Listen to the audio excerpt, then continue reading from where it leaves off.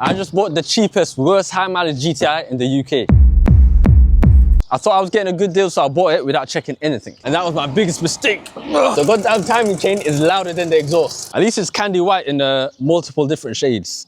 Roof liner is super saggy, the usual. The door card's got a bit of personality to it, so I don't know what's happened here. I've never seen this before. Nothing is on properly.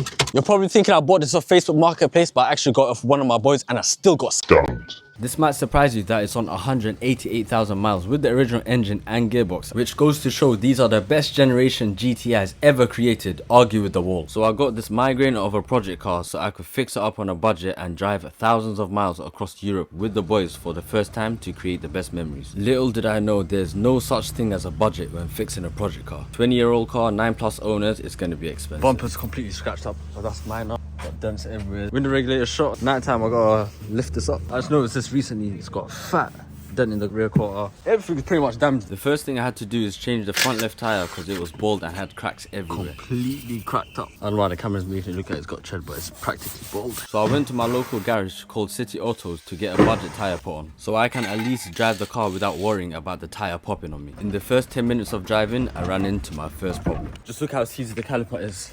Handbrake's already down. It's not budget at all. So I ordered a pair of rear calipers on eBay for just £62. What a brake caliper does is push the piston out when you press the brakes, which stops the car, and when you release your foot off the brake, it'll go back. But mine has different plans. It's stuck constantly braking, which is damaging my brake pads and discs. And 2 days later, I got both of them because there's no point in changing one. Got the second one sitting. If you know me well enough, we're not going to keep it silver, we're going to spray paint it yellow. I already got the spray paint from eBay. It wasn't too expensive, I think it was like £13–14. Spray painting calipers is the easiest thing you can do. Just start off by masking all the things you don't want painted. And go easy on your first coat. I got a bit carried away. Flip it over and repeat the same process. Do as many coats till you're happy with it. Me being so forgetful, I didn't spray any clear coat on, so it's going to peel off soon. But I'm not going to lie, it did come out quite nice. Since I'm changing the rear calipers, I might as well upgrade the front calipers to the Audi S3 ones, which is a straight bolt-on fit, thankfully. Massive thanks to Wig and Vag Parts. I got the calipers for £250, including delivery, and he threw in free track disc.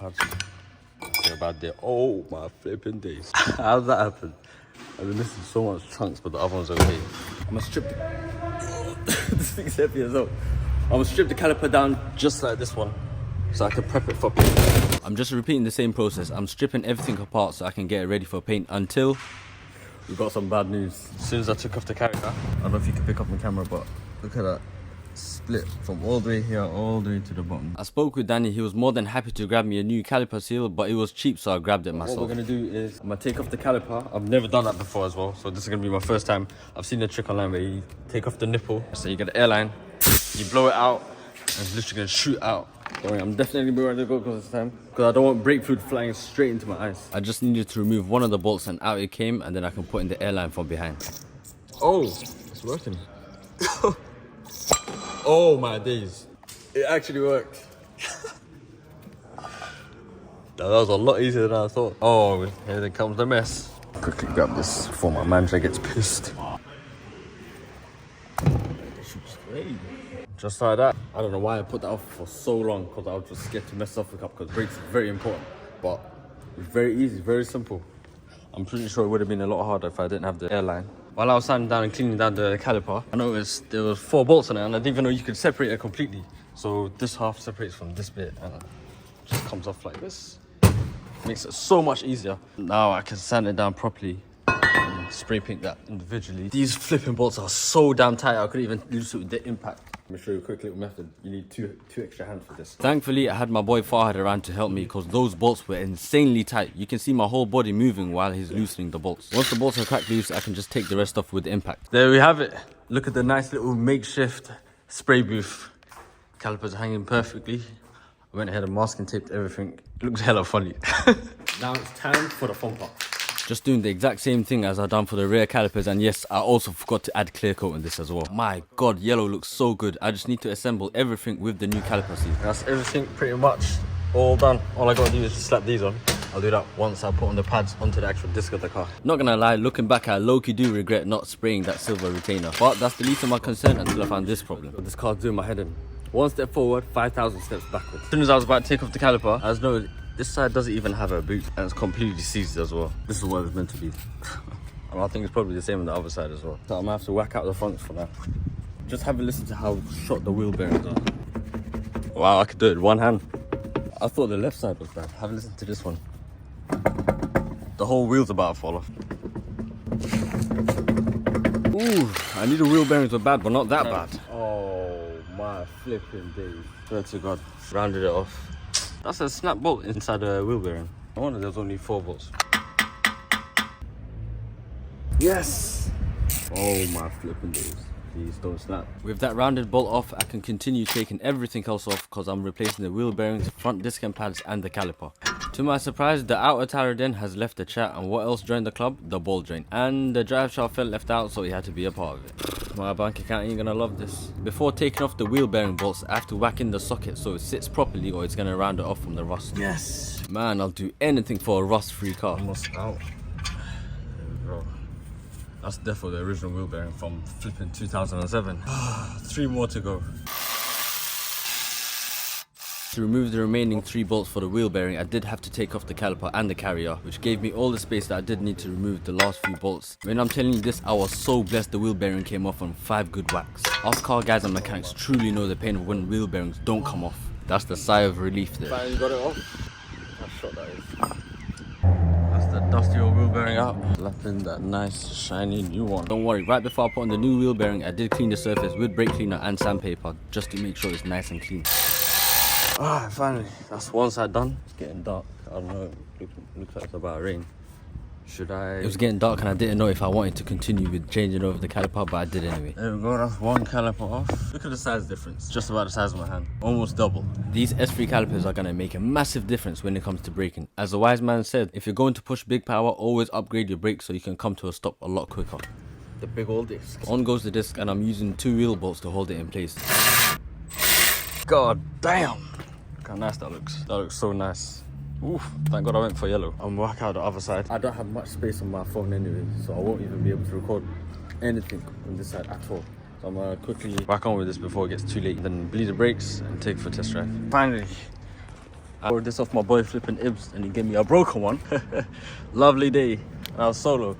So luckily one of my boys literally lives 1 road down there. I bribed him with a little bit of food, got him sitting there and pump it, and I bled it, and we got a pedal for now. All I gotta do is clean up all this mess. Oh boy, this ain't gonna be fun. Just listen to how loud the wheel bearing noise is. Right at the back of my ears. Yup, you guessed it. Couple £100 less in my account and we got a pair of new wheel bearings for the rear and 2 rear caliper carriers. You're wondering when the hell did I get a garage? It's not my garage. I work at a garage and my manager is very kind and he allows me to work on my own cars on Sundays if I don't come in late.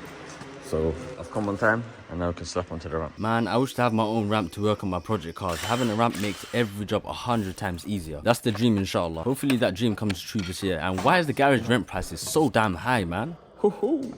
That's enough of the ranting. I took off the caliper and I just need to remove the cover to expose the bolt holding the wheel bearing. Just got the caliper carrier out the box, and before I spray painted it, which I just did now, I just wanted to be 100% sure that it actually is for the car and it fits.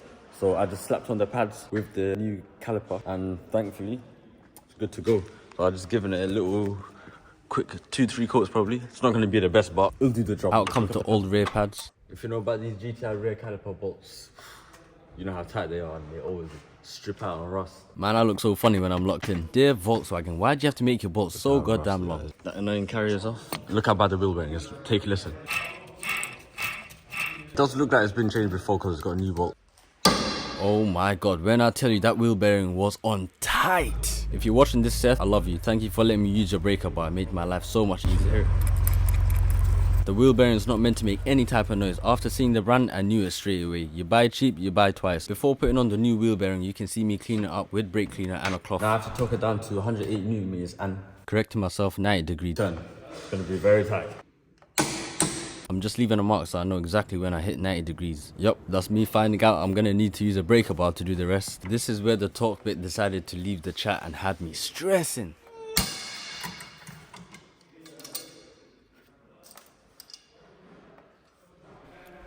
I'm not even joking, my heart was in my mouth and my cortisol level was at an all-time high. I thought the bolt snapped inside the hub. Thank God that's not the case, and I always keep a spare so I have an extra Torx bit. Now I can finally put on the brand new disc. Not gonna lie, the caliper carrier actually did come out pretty nice.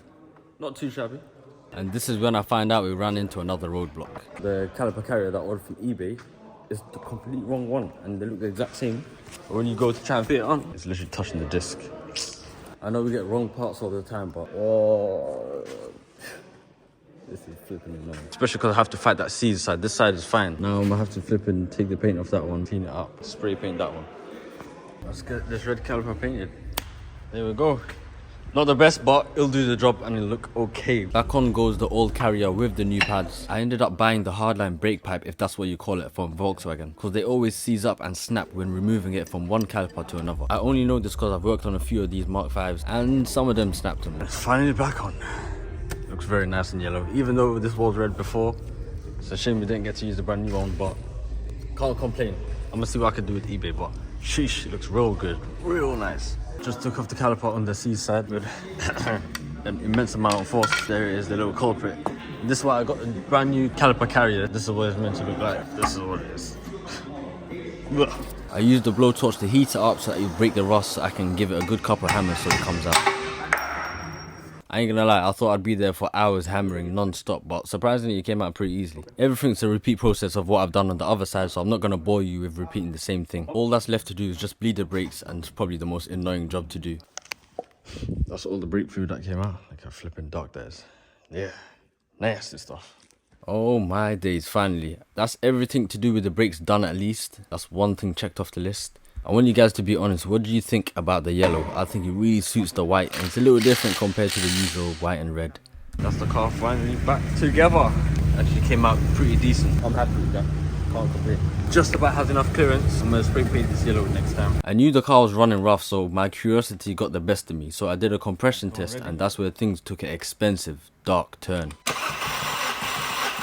For those of you that made it to the end of the video and watched it to the end, thank you so much. I really appreciate you. Be sure to slap the like, comment and subscribe button and share this around so it can reach more people, so I can continue the rebuild. It is not cheap.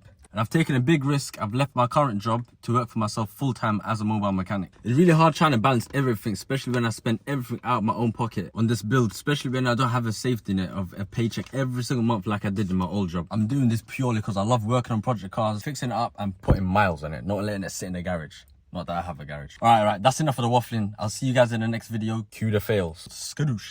DIG. Sure. I just bought the... I forgot.